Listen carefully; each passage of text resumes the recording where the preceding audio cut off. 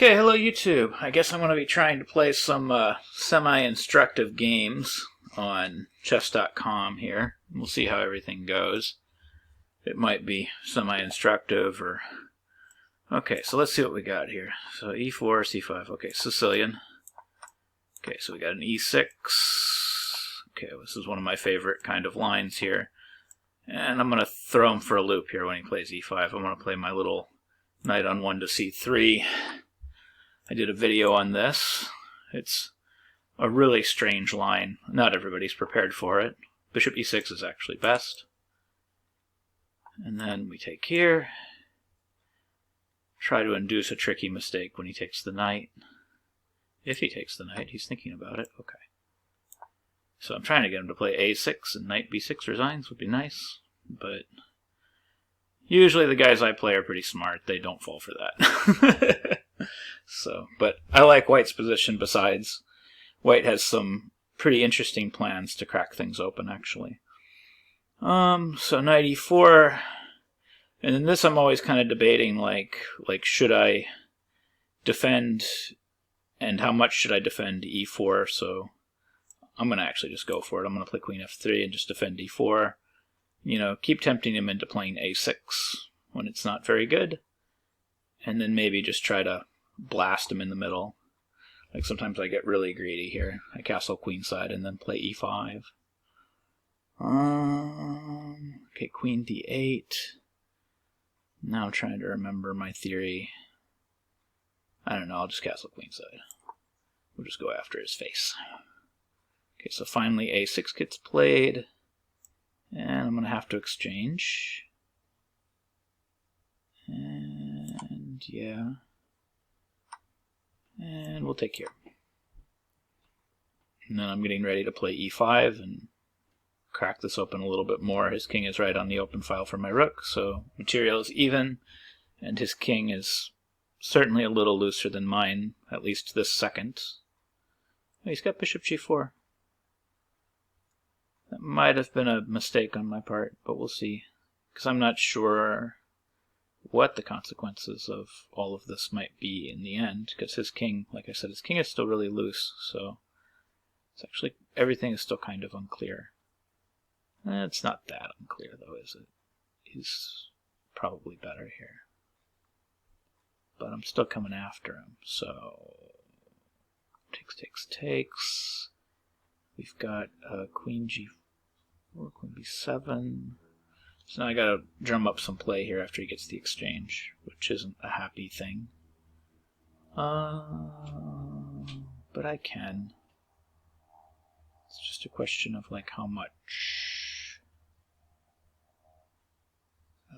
Queen e3. I like this. Then he's gonna take here and I'm gonna take back. And then I'm just gonna prepare e5. And e5, here we come. Coming after you. So now he has to find a good place for this knight. I'm not sure where that is. And then I get to come after his king pretty hardcore. But how do I do that? Okay, let's try e6. Maybe that wasn't right. And then we'll try knight e6. I'm not sure what the right moves are here. I'm just trying to open lines. I know his position is super awkward. That's about all I know. But it's not clear that I have any advantage at all.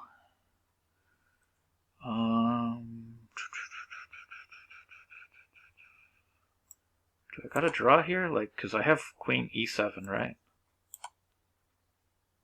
So I better take this draw because I think I'm not doing good here. So, okay. First game, I don't know how instructive that was. One player was winning but then gave it away, so maybe that was me. Or maybe he gave it away and allowed the draw. We'll see what the computer assessment here thinks. Well, it says I was more accurate than him, but maybe my opening wasn't very good. Because at some point, no, I was better. Okay, so let's see where I was better. So, yeah, of course it doesn't like this at first, because it takes a while for this to work itself out. Okay, queen f3 is good. Okay, it likes castles kingside better. I'll remember that next time. Maybe queen f3 is just a little too ambitious. Castle's queenside is good. Takes, and knight f4 is best. But yeah, I'm walking. Yeah, that's why castle's queenside is maybe a lemon. I'm allowing this bishop g4. But my assessment isn't dropping terribly. It liked queen b3 better. I considered that. Okay, so now I'm -2. And it hates e6. It says I'm right back into it if I can play c4. Okay. But then I play knight e6, which it likes. It hates queen c8. It likes knight c5. King d8. Knight e6 is a mistake. Oh no, I had rook e1. So what's the idea here behind rook e1? So I took the draw thinking that I was in deep trouble here. And I had rook e1, which isn't that much better. It's just saying I'm barely getting back into the game. So it's like rook e1, bishop f6, knight e6, king d7, queen h3, and then c5, knight g7 check, king c7. This is a mess. This isn't anything special. He wants to play here, here, and then knight takes e8. Bishop e5 cuts me off, and this knight doesn't have a clear path, so I have to sack an exchange. Knight f6. This is definitely not definitive. Yeah, it's overstating. Okay, so a draw was an okay result, actually. All things considered. Probably need to stay away from castle's queenside next time. It's just a little bit too ambitious. So let's try again. Maybe I can play something a little better. At least I didn't lose rating points. Okay, so Caro-Kann. Let's see which variation he plays. Okay, the bishop f5 line, we retreat, knight f3, we gain our little bit of space. The move orders in this line are really specific. They have to play knight d7, but then most of the move order onus is kind of on white now. We have to be very careful how we play our theory here. This is interesting. So he didn't play queen a5, which is what most people play. So I think I'm just going to castle queenside. I hope that's right. And then, gosh, we have to be so critically specific here. But I'm thinking he's starting a castle's kingside plan, which doesn't look good. So I'm going to play king b1 and just sidestep queen a5, which he did. What to do here? Knight e5, I think, makes his life really difficult. So we'll take back with the pawn, so now I've got my bind. And I'll gain this tempo. And I'll do c4, gaining another tempo. I'm liking this. So this looks really good. So now I can play bishop a5, but my pawn is hanging, so I have to hold it, I guess. I just don't want him to be able to castle. So bishop c3 holds the pawn, queen e2 stays on c4. And he did castle kingside. Okay. Yeah. Okay, so knight e4 should be fine. Usually you just have no time to waste in these kind of positions. You just have to keep putting pieces kind of where they belong. And if you do that really consistently, normally your position is okay. So, I don't know. I've also learned not to be afraid of exchanges in these types of positions because normally they're okay for you, so we'll just trade. Because if I get to an endgame, this endgame is actually kind of favorable for white, actually, because of this bind over here. So I would actually like to get the queens off the board, but before I can do that, I gotta safeguard this pawn. And then maybe I'll just offer up a queen exchange and call it a day. Yeah, we'll do this. Queen d3 will make this happen. And then hopefully he plays knight c5. I trade everything off. Okay, f4, we're going to hold our stuff. And we're going to start trading. And I've got the only open file, so we'll just start shoring up our weaknesses here. King b2. He's going to have to contest me on this open file. I've only got 48 seconds now, so I'm going to have to really buckle down and start playing quicker. So I'm not going to talk as much. But basically, if the queens come off the board, this should be a decisive endgame. So that's the new plan. Just, yep, there we go. Yeah, c5 is good.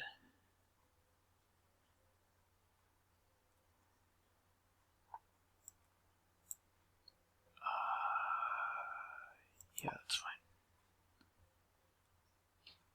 We got some room to grow here.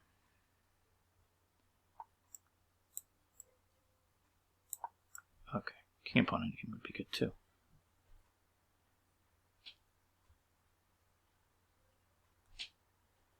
What's he going to do? If I get my king to e4, it's pretty much over. We've got a lot of play here. Oh, that's actually pretty good. He might hold the draw now. This looks pretty equal. Now it's just my queenside stuff, if I can make it happen. Ooh, is that a mistake? Oh no, probably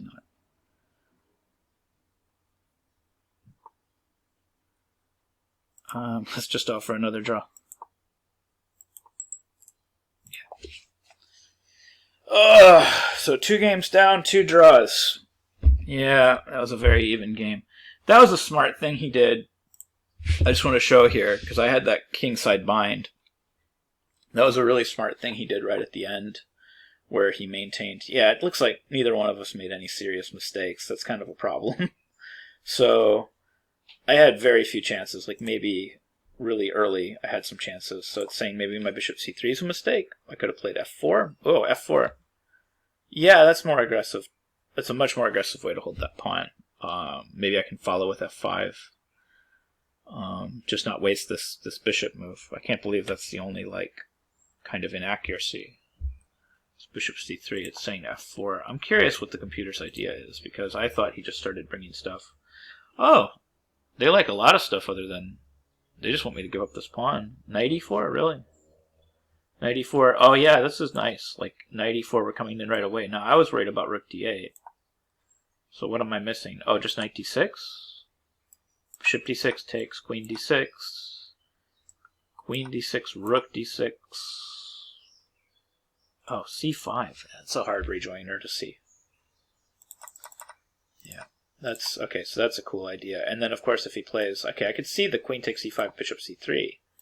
This makes tons of sense. If queen e5, then bishop c3, then we have queen f5 and bishop g7, and it looks like all of the complications should favor white. So let's go back to the game here and see what went wrong other than bishop c3. So bishop c3, get rid of self-analysis. Queen e2 is good. Knight e4 is good.